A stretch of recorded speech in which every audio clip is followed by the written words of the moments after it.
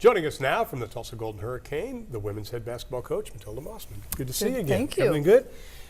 You look at what that team did last year as opposed to the year. Last year was your first year, obviously, as head coach. You went from 11th to 6th in the league.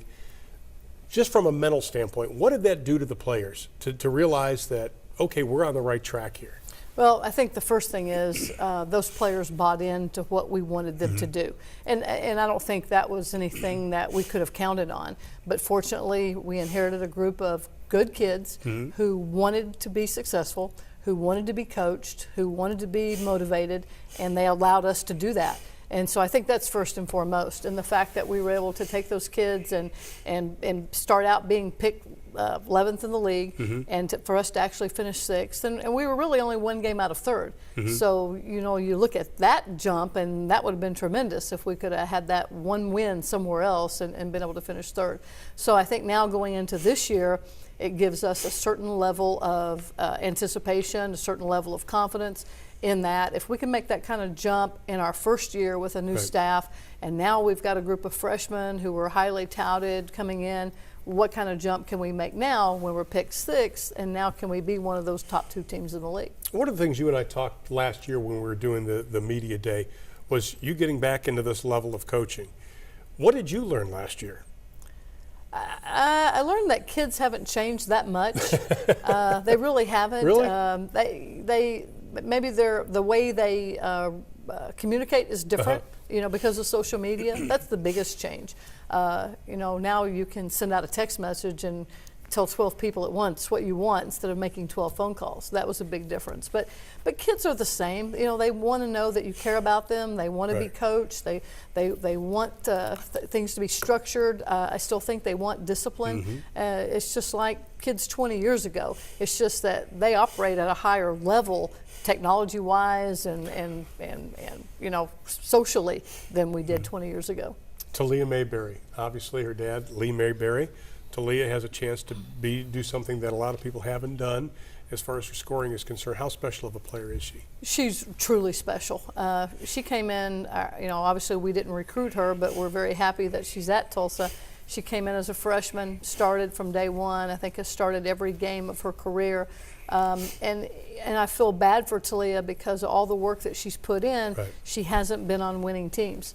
And so that's my motivation, is to make sure that this senior class graduates from the University of Tulsa feeling a level of success, feeling a level of accomplishment, feeling like, you know, it didn't start out great, but we persevered, we hung in there, and things ended up being good for us.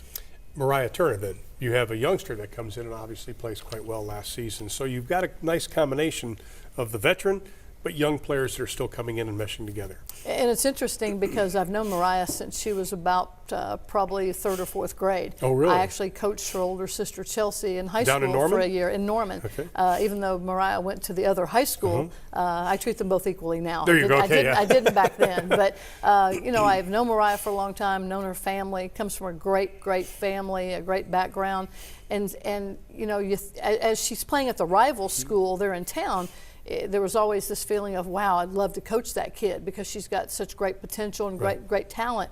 And so to get the Tulsa job, knowing that Mariah's already there, it just kind of seemed like that was the way it was supposed to work, that I was going to get that opportunity to coach her somewhere down the line. And Mariah's been really good for our program. Now, we talked about last year obviously being a great year in comparison to the year prior to that, but you're a realist. When you break down the numbers, you say, okay, record, it was okay, we improved, but we need to do this a lot better in order to get over the hump and be in the postseason. What is that? Well, I think coming in as a new staff and a staff that had won at a very high level. I mean, every member of our staff has always won. I mean, we've got a whole history of winning basketball games. Our hope was to have a winning season.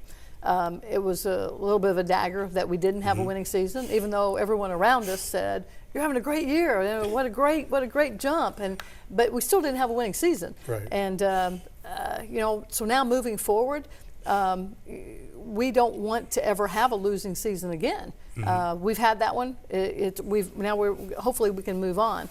It's kind of the same thing about not playing in postseason play. You know, you always want to still be playing during spring break. And those kids on our team last year had never not had a spring break. And I think by the time we got to the East Carolina game, in the first game of the conference tournament, I think our kids were just gassed mentally and physically. We had just gotten everything out of them we could get, and that's good from one standpoint, but from the other standpoint, we wanted to continue playing. And as we said in the locker room after that game, our season's over. You can go Monday and start your spring break, but don't ever expect to have a spring break ever again in your career. I mean, really, if you're going to be a really good basketball team, you should never get a spring break. So, we put that out there right then. When you guys come back in the fall and as we prepare for our season, don't even think about Padre Island or Destin, Florida. We're going to be playing basketball. One final question. The way you see the conference shaking down this season, how do you see it? I wish I had a crystal ball. I mean, I see. But there's a lot of new players, so there's really Tulane, obviously the preseason favorite, but it seems there's a lot of intangibles out there. And Tulane's a preseason favorite, but also UTEP got a lot of votes. Got the same number, I think, as Tulane as far as first place votes. UAB got a first place vote. Memphis got a first place vote. So I think that it's really going to be. Everybody's just going to beat up on everybody, unfortunately, and I hope that we can still be standing taller than everybody else when all that's said and done. But I just think it's going to be, you're going to see teams beat teams that maybe somebody else lost to the week before. I just think the standings are going to continually change from week to week. I know when I filled out my own ballot last week, I changed it about 3 times before I eventually submitted it, because I just think we have so many good players returning, and there's so many teams that have good young players that we haven't seen yet. Just throwing darts at it, right? We really are. Coach, good to see you again. Thank you. Best of luck this season, okay? Thank you. Appreciate it.